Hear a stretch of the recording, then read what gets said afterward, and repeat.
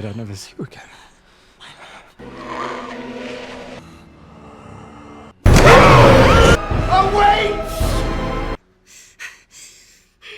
So hey guys, this is हॉररलैंड। तो मैं बहुत दिनों के बाद में आपके लिए लेकर आया हूँ एक ऐसी मूवी जो कि एक वेम्पायर मूवी है।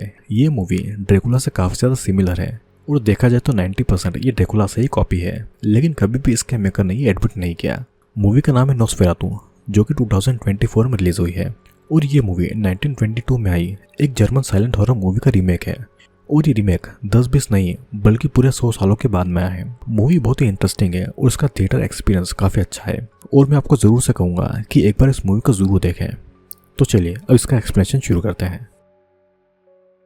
कहानी की शुरुआत होती है एलन नाम की एक लड़की से, जो कि बहुत ही लोनली थी और डिप्रेस्ड थी। अपनी मन की बात कहने के लिए भी उसके पास में कोई नहीं था और तब एक रात को वो अपने सच्चे दिल से प्रे करती है कि चाहे वो कोई भी हो वो उसके पास में आए और उसे अपना कर उसकी लोनलीनेस को दूर करे। भले ही वो गॉड हो या फिर कोई गार्डियन एंजल, उसे इस बात से कोई फर्क नहीं पड़ता। एलन की प्रेयर भी काम कर जाती है और कोई उसके पास में आता है। वो एक इनविजिबल चीज थी जिसका चेहरा नहीं दिखाया जाता है, बस उसके शेडो को ही हम देख पाते हैं। लेकिन उस पर्सन के आते ही एलन की बॉडी हवा में उड़ने लगती है। फिर एलन घर से बाहर गार्डन में जाकर लेट जाती है, जहाँ पर उसे अजीब सा अटैक आने लगते हैं, जिस दौरान वो पर्सन उसकी बॉडी को टच करता है और उसके साथ में वहीं पर इंटीमेट होता है। इस बात का एलन को जरा भी होश नहीं था और इसी के साथ में मूवी का इंट्रो सीन कट होता है। अब कहानी 1838 में जर्मनी से शुरू होती है, जहाँ पर एलन अब बड़ी हो चुकी थी। उसकी शादी एक रियल एस्टेट एजेंट थॉमस से हुई थी और दोनों जर्मनी के शहर विस्बर्ग में रहते थे। आज भी एलन को कई सारे भयानक सपने आते रहते हैं। सालों पहले हुई उस रात के इंसिडेंट को लेकर वो आज भी डरी हुई थी। वो आज तक कंफ्यूज थी कि क्या वो एक सपना था या हकीकत थी। एलन और थॉमस एक दूसरे से बहुत ही प्यार करते थे। थॉमस अच्छे खासे पैसे कमाकर एलन को एक कंफर्टेबल लाइफ देना चाहता था और आज उसके ऑफिस में उसे मौका भी मिला था। थॉमस को अपने बॉस नॉक से पता चलता है कि एक बहुत बड़ा बिजनेसमैन काउंट ऑरलॉक अपने बोहेमिया का पुराना मेंशन बेचकर एक नया मेंशन जर्मनी के विस्बर्ग में लेना चाहता है। अगर थॉमस इस काम को सक्सेसफुली कर पाया तो उसे बहुत सारे पैसे मिलेंगे और उसकी जॉब भी परमानेंट हो जाएगी। थॉमस इस काम के लिए मान जाता है और वो इसी वीक बोहेमिया जाने के लिए रेडी होता है। लेकिन सबसे ज्यादा मुश्किल काम था एलन को समझाना। वो किसी भी हालत में थॉमस से दूर नहीं होना चाहती थी। वो थॉमस को उसके भयानक सपनों के बारे में बताती है, जहाँ पर उसके सभी अपने मर चुके थे और वो एक वेडिंग ड्रेस में खड़ी थी, इसीलिए उसे थॉमस के लिए बहुत ही फिक्र हो रही थी। लेकिन थॉमस को उनके अच्छे फ्यूचर के लिए काम तो करना ही था और वो एलन को भी अकेला नहीं छोड़ना चाहता था। इसीलिए अगले ही दिन वो एलन को लेकर अपने एक दोस्त फ्रेड के पास में जाता है, ताकि उसके वापस आने तक एलन फ्रेड की वाइफ एना और उनकी दोनों बेटियों के साथ में रहे और उसे अकेला जरा भी फील ना हो। जल्दी ही एलन फ्रेड की फैमिली के साथ में घुल मिल जाती है, लेकिन उसे अभी भी थॉमस से दूर होने का दुख हो रहा था। इसलिए वो रात को अपने लॉकेट के अंदर अपने बाल कट करके डाल देती है। अगले दिन जब थॉमस बोहेमिया के लिए निकलने वाला था तो वो उसे वही लॉकेट अपनी निशानी के तौर पर देती है। उसी रात को हम एक आदमी को देखते हैं जो कि नेकेड था। एक अंधेरे कमरे में कैंडल जलाकर वो किसी तरीके का रिचुअल कर रहा था और वो अपने किसी लॉर्ड को बुला रहा था। यहाँ पर कई घंटों की जर्नी के बाद में थॉमस बोहेमिया के एक विलेज तक आ जाता है, जहाँ के लोग डांस परफॉर्म कर रहे थे। लेकिन जब वो उन लोगों से ऑरलॉक के मेंशन का एड्रेस पूछता है तो सभी लोग ये सुनकर काफी डर जाते हैं और वे लोग उसे वहां पर जाने से मना करते हैं। थॉमस उनकी बातें नहीं मानता है, क्योंकि उसे तो काउंट ऑरलॉक के वहां पर जाना ही था, पर उसे रात भी बितानी थी। तो इसीलिए वो गांव के एक फैमिली के घर पर आकर रुक जाता है। उस फैमिली की एक औरत थॉमस को ऑरलॉक के पास नहीं जाने का एडवाइस देती है और उसे एक क्रॉस भी देती है। उसके मुताबिक ऑरलॉक बहुत ही बुरा है, लेकिन थॉमस उसकी बातों पर विश्वास नहीं करता है और सो जाता है। आधी रात को जब थॉमस की नींद खुलती है तो देखता है कि गांव के लोग एक बिना कपड़ों की लड़की को घोड़े पर बिठाकर जंगल में ग्रेव के पास में ले जा रहे हैं। फिर वो उस ग्रेव को खोलकर वहां पर मौजूद वैम्पायर के दिल में लकड़ी घुसाकर उसे जान से मार देते हैं। ये सब थॉमस गांव वालों के बीच में खड़े होकर देख रहा था, पर यह थॉमस का एक भयानक सपना था। और जब उसकी आंखें खुलती है तो वो अपने जूतों में जंगल की मिट्टी लगी हुई देखता है और उसे भी ये समझ नहीं आ रहा था कि क्या ये सपना था या हकीकत थी। अगली सुबह जब वो उस घर से निकलता है तो उसे बाहर एक भी गांव वाला नहीं दिखाई देता है और ना ही उसका घोड़ा वहां पर था। रातों रात ये पूरा गांव खाली हो चुका था। फिर थॉमस ऑरलॉक के मेंशन में जाने के लिए पैदल ही निकलता है। कई घंटों तक पैदल ही ट्रेवल करने के बाद में वो ऑरलॉक के मेंशन तक आ गया था और तब एक तांगा आकर उसके पास मुकता है। थॉमस उसमें बैठ जाता है और वो जल्दी ऑरलॉक के मेंशन तक पहुंचता है, जहाँ पर ऑरलॉक के खतरनाक कुत्ते थे। वहां पर पहुंचते ही थॉमस की तबीयत खराब होने लगती है। मतलब ये साफ था कि वो किसी गलत जगह पर आ गया है। किसी तरह वो खुद को संभालता है और मेंशन के अंदर जाता है वहाँ पर वो ऑरलॉक से मिलता है, लेकिन ऑरलॉक का चेहरा उसे नजर नहीं आ रहा था। ऊपर से ऑरलॉक उससे नाराज भी था क्योंकि थॉमस को आने में बहुत देर हो चुकी थी। जिसके बाद ऑरलॉक थॉमस को डिनर ऑफर करता है, साथ ही वो उसे वाइन भी पिलाता है। ऑरलॉक की आवाज़ बहुत ही डरावनी थी। How I look forward to retiring to your city. वो एक 6.5 फीट का बूढ़ा आदमी था जो कि काफी डरावना लग रहा था। उसे देखकर थॉमस को भी काफी डर लग रहा था। डिनर करते समय ब्रेड का एक पीस काटते दौरान थॉमस की उंगली में कट लग जाता है और उसका खून देखकर ऑरलॉक बहुत ही अग्रेसिव बिहेव करने लगता है। उसकी उंगली पर बैंडेज लगाने के लिए ऑरलॉक उसे अपने पास में बुलाता है, लेकिन उसी समय थॉमस बेहोश हो जाता है। अगले दिन जब थॉमस की आंखें खुलती है तो वो उसी जगह पर खुद को पाता है, लेकिन मेंशन में कहीं भी उसे ऑरलॉक नहीं दिखाई दे रहा था। मेंशन के सारे दरवाजे बंद थे, तो इसलिए थॉमस वहां से बाहर नहीं जा पाता है। उसे अपने सीने में काफी दर्द हो रहा था और जब वो अपने चेस्ट को देखता है तो उसे अपने सीने में 2 होल नजर आते हैं और मेंशन में उसे कई सारे चूहे भी नजर आते हैं। इन सबसे थॉमस बहुत ही डर जाता है और वो जल्दी ही अपना काम खत्म करके वापस अपने घर पर जाने का डिसाइड करता है। शाम के समय ऑरलॉक अपने नए मेंशन के कुछ डॉक्यूमेंट रेडी करता है, लेकिन उनमें से एक डॉक्यूमेंट काफी अजीब लैंग्वेज में था जिसमें ऑरलॉक थॉमस का साइन लेता है। साथ ही वो थॉमस को उसके काम के लिए कुछ गोल्ड कॉइन भी देता है। ऑरलॉक फिर उससे उस लॉकेट को देखने के लिए मांगता है जो कि एलन ने उसे जाने से पहले दिया था। थॉमस भी उसे मना नहीं कर पाता है और वो लॉकेट देखने के लिए उसे दे देता है। फिर थॉमस उससे वहां से वापस अपनी सिटी लौटने की बातें कहता है, लेकिन ऑरलॉक उसे वहां से जाने नहीं देना चाहता था। उसके मुताबिक थॉमस अभी बीमार है, इसलिए उसे कुछ दिनों तक इसी मेंशन में ही रहना चाहिए।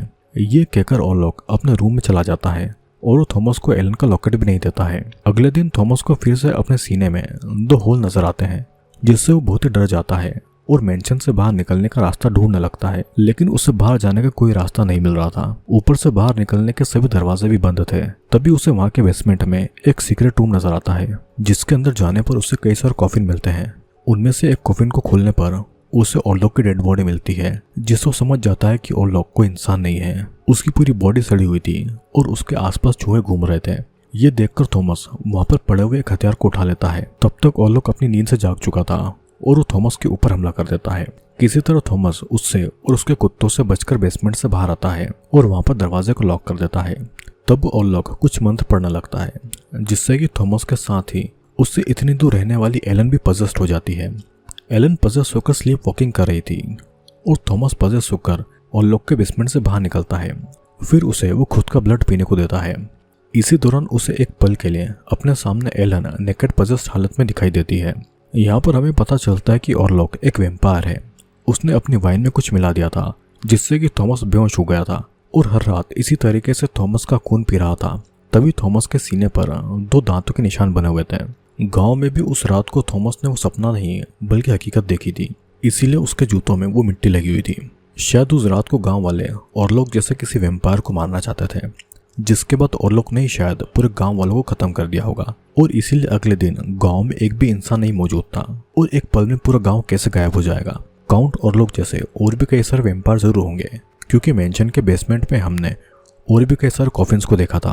अब एनीवेज अगले दिन फ्रेड डॉक्टर रॉबर्ट को एलन के ट्रीटमेंट करने के लिए बुलाता है। तब एलन नींद में बड़बड़ा रही थी कि वो उसके पास आ रहा है। उन्हें एलन की प्रॉब्लम का पता तो नहीं चलता है, लेकिन रॉबर्ट एलन को क्लोरोफॉर्म देकर सुला देता है और वो फ्रेड को एडवाइस देता है कि वो एलन को बेड से बांध कर रखे ताकि वो स्लीप वॉकिंग न करे। वहीं पर थॉमस की जब आंखें खुलती है तो ऑरलॉक के कुत्ते उसके पीछे पड़ चुके थे, जिनसे बचकर वो खिड़की के बाहर खड़ा हो जाता है। तभी उसका बैलेंस बिगड़ता है और वो मेंशन के पास वाली नदी में गिर जाता है। अब थॉमस इतने दिनों से मेंशन में गया था और उसकी कोई खबर नहीं थी। एलन बहुत ही टेंशन में थी। फ्रेड ने भी थॉमस के बारे में पता लगाने की कोशिश की थी, लेकिन कोई फायदा नहीं हुआ था। एना और फ्रेड एलन के बारे में बातें कर रहे थे कि तभी एलन को अजीब तरीके से अटैक आने लगते हैं, जैसे कि वो पजेस्ड हो गई हो। इधर हम मेंटल हॉस्पिटल में थॉमस के बॉस नॉक को देखते हैं, जो कि अचानक से अजीब बिहेव कर रहा था और इसलिए उसे कुछ दिनों के लिए मेंटल हॉस्पिटल में रखा गया था। लेकिन वहां भी नॉक का बिहेवियर नॉर्मल नहीं था, उल्टा वो चूहों और चिड़िया को कच्चा ही खा रहा था। साथ ही वो ठीक एलन के जैसे किसी मास्टर के आने की बातें कह रहा था। डॉक्टर रॉबर्ट को एलन और नॉक की प्रॉब्लम सेम लग रही थी और उसे भी समझ नहीं आ रहा था कि आखिर ऐसा कैसे हो सकता है। अचानक से नॉक रॉबर्ट के ऊपर हमला कर देता है, लेकिन किसी तरह रॉबर्ट की जान बच जाती है। इधर एलन को लगातार अटैक आ रहे थे।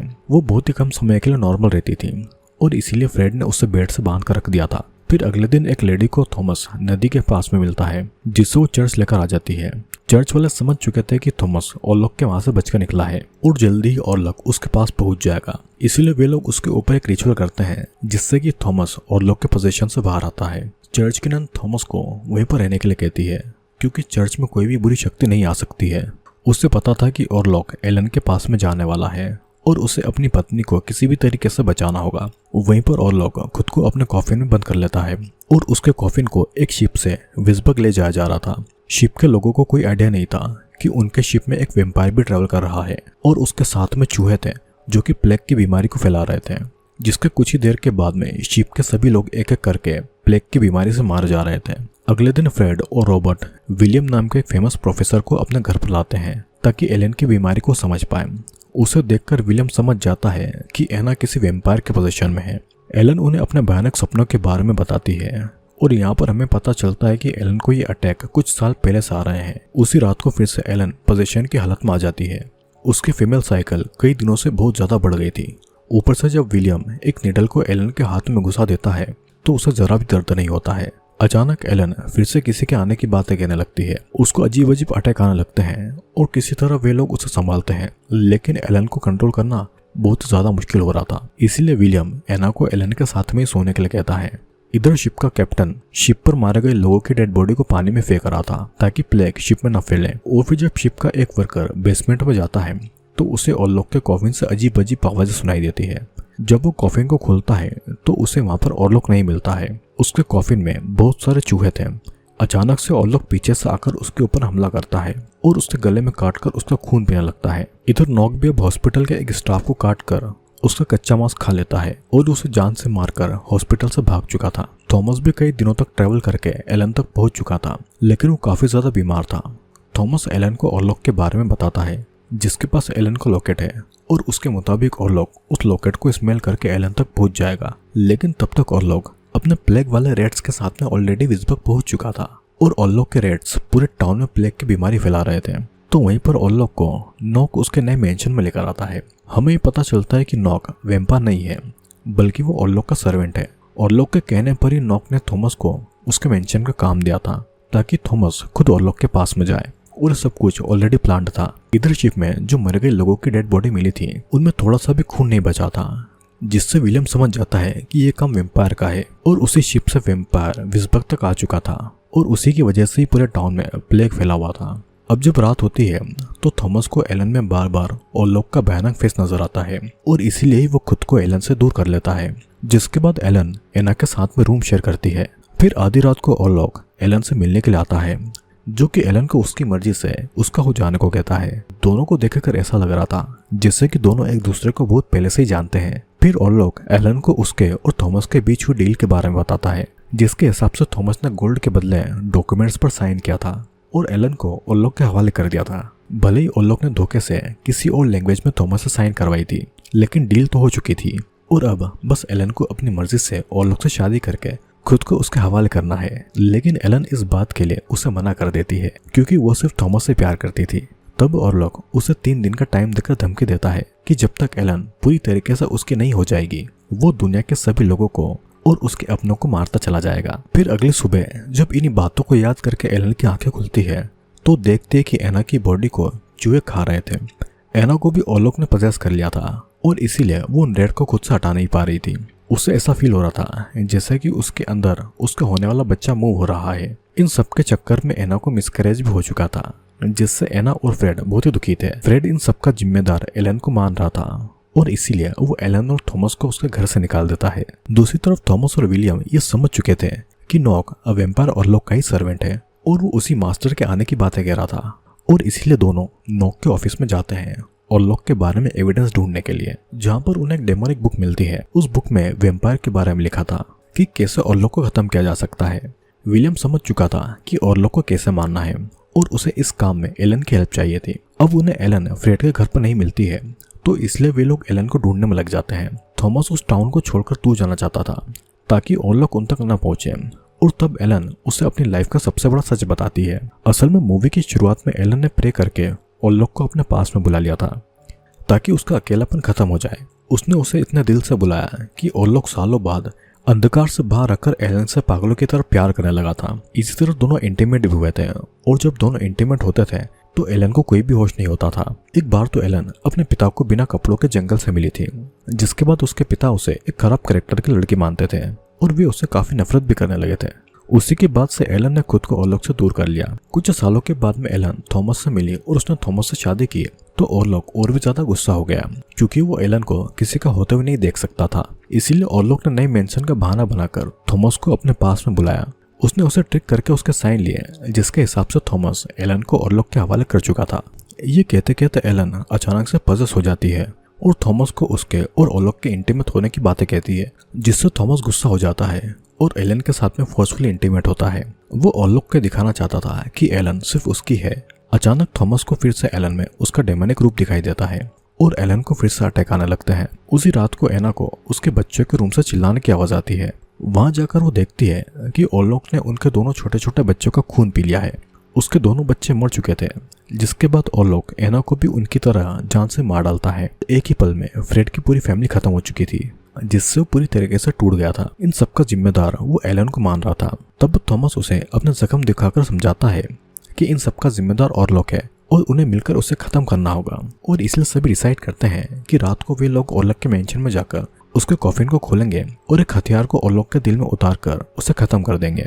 जिसके बाद प्लान के हिसाब से एलन थॉमस को ओरलॉक को खत्म करने के लिए भेजती है। थॉमस, रॉबर्ट और विलियम अपने मिशन के लिए रेडी होते हैं, लेकिन उन्हें फ्रेड नहीं मिल रहा था। वे लोग फ्रेड को ढूंढने लगते हैं। अपनी फैमिली की मौत को वो एक्सेप्ट नहीं कर पा रहा था, तो इसीलिए वो अपने आखिरी समय में अपनी पत्नी एना को हक करके मारा जाता है। जिसके बाद वे लोग उन सभी डेड बॉडी को जला देते हैं ताकि प्लेग और न फैले। फिर वे लोग ओरलॉक का मेंशन जला देते हैं। वहां पर उन्हें कॉफिन मिल जाता है। वे उस कॉफिन को खोलकर उसके दिल में हथियार से वार करते हैं, लेकिन ओरलॉक वहां पर नहीं था। उसकी जगह वहां पर नॉक था और उसके सीने में वो हथियार घुस चुका था। जिसके बाद में वे लोग ओरलॉक के पूरे मेंशन को उन्हीं चूहों के साथ में आग लगा देते हैं। यहाँ पर हम एलन को देखते हैं, जो कि वेडिंग ड्रेस पहनकर ओरलॉक को अपने पास में बुला रही थी और वो अपनी मर्जी से उसे शादी के लिए हाँ कर देती है। जिसके बाद वो उसे किस करती है और अपने आप को पूरी तरीके से उसे सौंप देती है। एना अपने कपड़े निकालकर उसके सामने लेट जाती है और दोनों इंटीमेट होते हैं और ओरलॉक उसके सीने से उसका खून पीने लगता है।